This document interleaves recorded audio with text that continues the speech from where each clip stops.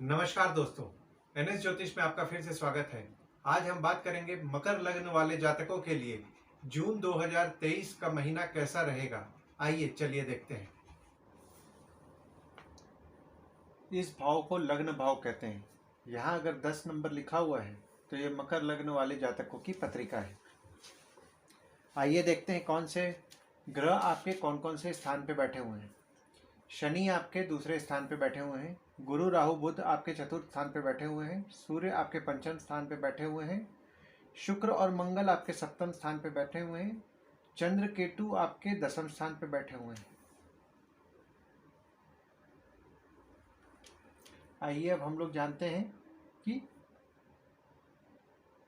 गोचर के बारे में कि इस मंथ में, इस महीने में कौन कौन से ग्रह कौन कौन से दिन गोचर कर रहे हैं। बुध जो है, देखिए बुध जो है वो 7 जून और 24 जून को गोचर कर रहे हैं। वहीं सूर्य जो है आपके 15 जून को गोचर कर रहे हैं। दृष्टि के बारे में बात करें तो देखिए, शनि की दृष्टि के लिए मैंने स्टार मार्किंग किया है। गुरु की दृष्टि के लिए मैंने एक बड़ा डॉट मार्किंग किया है और मंगल की दृष्टि के लिए मैंने हैश मार्किंग किया है। आइए शनि की दृष्टि देखते हैं। शनि की दृष्टि होती है 3, 7 और 10। तीसरी दृष्टि शनि की पड़ रही है आपके चतुर्थ स्थान पे। 7वीं दृष्टि पड़ रही है आपके शनि की अष्टम स्थान पे और 10वीं दृष्टि पड़ रही है आपके एकादश स्थान पे। और वहीं गुरु की दृष्टि के बारे में बात करें तो गुरु आपके चतुर्थ भाव में बैठ करके गुरु की दृष्टि होती है 5, 7 और 9। 5वीं दृष्टि पड़ रही है आपके अष्टम स्थान पे। 7वीं दृष्टि आपके दशम स्थान पे और 9वीं दृष्टि आपके द्वादश स्थान पे पड़ रही है।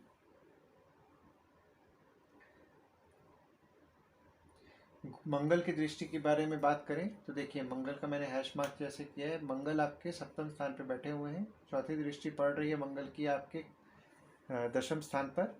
लग्न पे आपकी 7वीं दृष्टि पड़ रही है और दूसरे स्थान पे आपके पड़ रही है दृष्टि मंगल की। देखिए, लग्न का भाव जो होता है, लग्न के भाव पे पूरे जून के महीने आपके कोई भी ग्रह नहीं बैठे हुए हैं, बट शुक्र और मंगल की दृष्टि आपके लग्न पर पड़ रही है। जहां मंगल आपको बहुत ज़्यादा पराक्रमी महसूस करा रहे हैं या पराक्रम दे रहे हैं, साहस दे रहे हैं, ऊर्जा शक्ति दे रहे हैं, पर वहीं आपको अपने क्रोध पे नियंत्रण रखना है। दूसरे भाव के बारे में बात करें तो दूसरे भाव पे आपके शनि है और शनि के साथ मंगल की दृष्टि है। शनि अपने घर में बैठे हुए हैं दूसरे भाव में और उसके ऊपर से मंगल की दृष्टि जो पड़ रही है, तो ओवरऑल शनि जिस स्थान पे बैठे हुए हैं, देखिए आपके कोष के स्थान पे बैठे हुए हैं, तो यहाँ पे कैसा है, आपका कोष सेविंग्स कराएंगे बट धीरे धीरे मात्रा में सेविंग होगा। बहुत ज़्यादा आप चाहेंगे कि एक बार में आपका अच्छा सेविंग हो जाए, ऐसा नहीं होगा। धीरे धीरे कराएंगे लेकिन ठीक से कराएंगे। तीसरे भाव की अगर बात करें तो तीसरे भाव में, हाँ, और दूसरे भाव पे चूंकि मंगल की दृष्टि पड़ रही है तो यह समय आपको आपके पारिवारिक कलेश का सामना करना पड़ सकता है। तो इस चीज़ से आप पारिवारिक कलेश के कारण आप कहीं ना कहीं मानसिक तनाव का सामना करेंगे। अब तीसरे भाव की बात करें तो तीसरा भाव गुरु का है और तीसरे भाव के स्वामी चतुर्थ भाव में बैठे हुए हैं और चतुर्थ भाव में राहु और बुध भी हैं। हालांकि बुध आपके 7 तारीख को आपके पंचम स्थान पे चले जाएंगे और ऊपर से शनि की दृष्टि आपकी पड़ रही है। तो गुरु चूंकि तीसरे भाव के स्वामी आपके चतुर्थ भाव में है तो माँ आपका कहीं ना कहीं सहयोग करेगी, पर कहीं ना कहीं आप अपने माता के साथ आपका रिश्ता को आपको संभाल के रखना है। हो सकता है माता के साथ कुछ बातचीत में अनबन हो जाए। और यहीं देखिए, जैसा कि मैंने आपको चतुर्थ भाव के बारे में पहले ही बताया, चतुर्थ भाव में आपके गुरु राहु बुध बैठे हुए हैं और शनि की दृष्टि है। तो ये शनि की दृष्टि पड़ने के कारण आपको आपकी माता के सेहत का बहुत ज़्यादा अच्छे तरीके से ध्यान देना है, क्योंकि देखिए गुरु राहु यहाँ पे बैठ करके गुरु चांडाल योग बना रहे हैं। हालांकि 17 जून को आपके शनि जो है, शनि आपके वक्री हो रहे हैं, तो इस 17 जून तक विशेष पूर्वक आपको आपकी माता का ध्यान रखना है, क्योंकि वक्री होने की वजह से गुरु अपना पूर्ण रूप से अपना फल प्रदान कर पाएंगे। और 17 जून के बाद अगर आप प्रॉपर्टी लेने का अगर आप सोच रहे हैं तो प्रॉपर्टी लेने का अच्छा पीरियड रहेगा। यहीं आपके पंचम भाव के बारे में बात करें तो 5वें स्थान पे आपके सूर्य बैठे हुए हैं और 7 जून को बुध आ जा रहे हैं। यह समय बच्चे के लिए, देखिए अब क्यों मैं बोल रहा हूँ बच्चे के लिए अच्छा नहीं है। देखिए पंचम क्या है, अष्टम भाव का स्वामी आपके बैठे हुए हैं पंचम भाव में, मतलब ये पीरियड में मोटा मोटी बच्चे के साथ बच्चे आपकी बात नहीं सुनेंगे, तो आपको बच्चे को बहुत प्यार पूर्वक करना है। हालांकि 7 जून के बाद नवम भाव का स्वामी आपके पंचम भाव में चूंकि आ जाएंगे, तो उस समय आपके लिए आपकी जो भी आपकी प्रेमिका होगी वो आपके लिए नसीब वाली होगी। उस समय आपका नसीब अच्छा आपका साथ देगा। बच्चे आपके लिए उस समय साथ देंगे, आपके लिए लकी साबित होंगे। अब यहीं अगर हम आपकी बात करें तो सूर्य देखिए 15 जून को आपके षष्ठम भाव में जा रहे हैं और बुध जो है, बुध भी 24 जून को आपके छठवें भाव में जा रहे हैं। सूर्य बुध दोनों जो आपके छठे भाव में जा रहे हैं, तो देखिए सूर्य पंचम भाव का स्वामी षष्ठम भाव में, और यहाँ पे तो बुध अपने घर में ही आ रहे हैं, तो ये दोनों ग्रह आपके विपरीत राजयोग बना रहे हैं। तो इस पीरियड में 15 जून के बाद लगभग 15 जुलाई तक, मतलब ये पूरे महीना आप लगभग पकड़िए 15 जून से 30 जून तक का। ऐसे तो 15 जुलाई तक ही रहेगा, लेकिन हम लोग चूंकि जून के महीना के बारे में बता रहे हैं, तो आप लगभग 15 जून तक आप ये मान के रखिए 15 जून से 30 जून तक आपकी विपरीत परिस्थितियों में को भी आप लड़ करके उससे विजय प्राप्त करेंगे। आपके अंदर विपरीत राजयोग चूंकि चल रहा है, तो आपके अंदर विपरीत परिस्थितियों में लड़ने का बहुत ज़्यादा साहस आएगा, जिससे कि आप उसको ओवरकम करके आप उसमें अपना सक्सेस पाएंगे। देखिए आपके सप्तम भाव में शुक्र मंगल बैठे हैं, जहां मंगल एग्रेसिवली आपके बिजनेस पार्टनर को एग्रेसिव बना रहे हैं कार्य क्षेत्र में, वहीं पे आपके लिए मोटा मोटी बोला जा सकता है। देखिए लग्न पे भी आपके मंगल बैठे हुए हैं, तो लग्न का मंगल और आपके मंगल सप्तम भाव में शुक्र के साथ, तो स्पाउस और बिजनेस पार्टनर के साथ आपको बहुत सोच समझ करके बात करना है।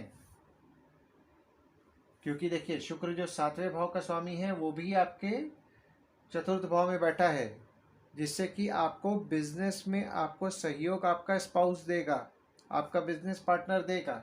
बस अपने वाणी पे नियंत्रण रखिए। अब आपके अष्टम भाव में बात की जाए तो अष्टम भाव में देखिए कोई आपके ग्रह नहीं है, बट अष्टम भाव में आपके शनि और गुरु दोनों की दृष्टि पड़ रही है। शनि और गुरु दोनों की दृष्टि पड़ने के कारण यहाँ पे देखिए जो भी आदमी जमीन के नीचे से रिलेटेड, मतलब जो खुदाई से रिलेटेड या जमीन के नीचे से कुछ अगर जैसे माइंस से इससे रिलेटेड अगर आप काम करते हैं, तो ये समय आपके लिए बहुत अच्छा रहेगा। आपको इस समय अच्छा आपको सक्सेस मिलेगा। अब हम आपके नवम भाव के बारे में अगर बोले तो नवम भाव देखिए, नवम भाव 6 नंबर, नवम भाव में कोई आपके घर पे कोई आपके प्लैनेट नहीं बैठे हुए हैं, कोई ग्रह नहीं बैठे हुए हैं, लेकिन नवम भाव का स्वामी आपके 1 से 6 जून तक आपके चतुर्थ भाव में है। 7 जून से 23 जून तक आपके आपके पंचम भाव पे है, और 24 जून से आपके अष्टम भाव पे है, षष्ठम भाव पे, गलती से मैंने अष्टम भाव बोल दिया, षष्ठम भाव पे है। तो देखिए 1 से 6 जून तक जो भी भले माता के साथ मतभेद चल रहा है, बट माता कोई ना कोई ऐसा आपका कुछ ना कुछ आपके कार्य, ऐसा कुछ सहायता आपके लिए लकी साबित होगी। जो आप काम करेंगे उसमें आपको माता द्वारा आपको सक्सेस मिलेगा और बच्चे द्वारा सक्सेस मिलेगा। बच्चे, आप और माता दोनों आपके लिए ये महीना में बहुत ही लकी साबित होंगे।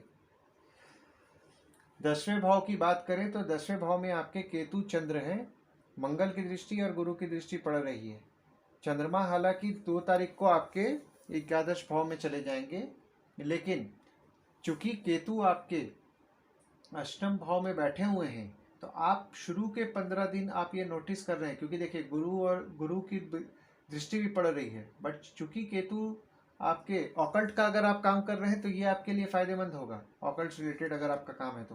बट अगर आप दूसरा कोई काम कर रहे हैं तो इस समय आप ये नोटिस कर रहे होंगे कि काम में बाधा आ रहा है, लेकिन 17 जून के बाद चीज़ें आपके फेवर में हो जाएंगी और काम आपका बहुत अच्छा चलेगा 17 जून के बाद।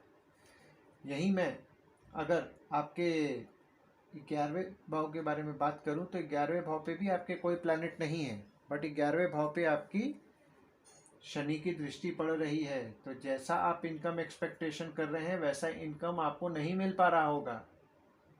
कोशिश जारी करिए, कोई मेहनत बढ़ाइए, आपको शनि जरूर आपका सहयोग करेंगे, बट कोशिश आपको बहुत ज़्यादा बढ़ाना पड़ेगा।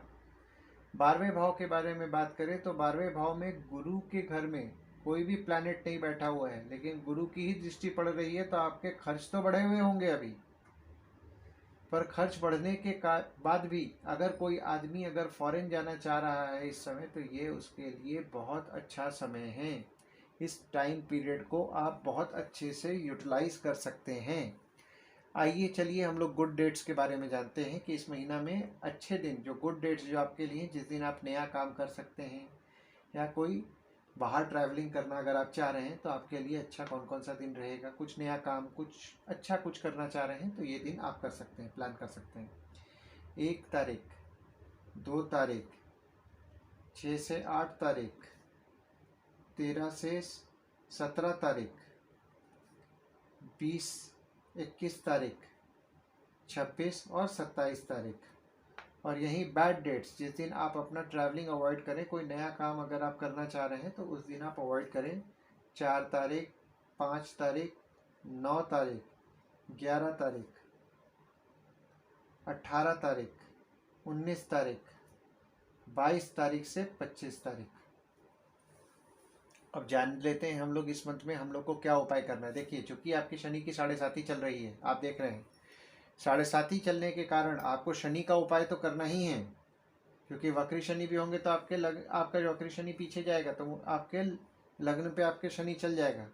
तो 17 जून के बाद हो सकता है आप आलस भी थोड़ा बहुत आपके अंदर आ जाए, आपके काम में थोड़ा आप जैसा आप एक्सपेक्टेशन कर रहे हैं वैसा जो आपको नहीं मिल पा रहा है, तो उसके लिए आपको ओम शं शनिश्चराय नमः का जाप आपको हर शनिवार को करना है। लास्ट सैटरडे कोई गरीब आदमी को आप तला छना चीज़ खिलाइए, इससे आपको लाभ होगा।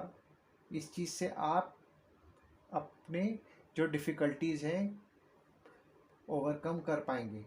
और हनुमान चालीसा का पाठ आपको नियम पूर्वक ये पूरे महीना करना है। आशा करता हूँ इस वीडियो में दी हुई जानकारी आपको पसंद आई होगी। अगर ये वीडियो आपको पसंद आया हो तो इस वीडियो को लाइक, शेयर, सब्सक्राइब करें और नोटिफिकेशन बेल को ज़रूर दबाएं। धन्यवाद दोस्तों, कल फिर मिलेंगे एक नए वीडियो के साथ।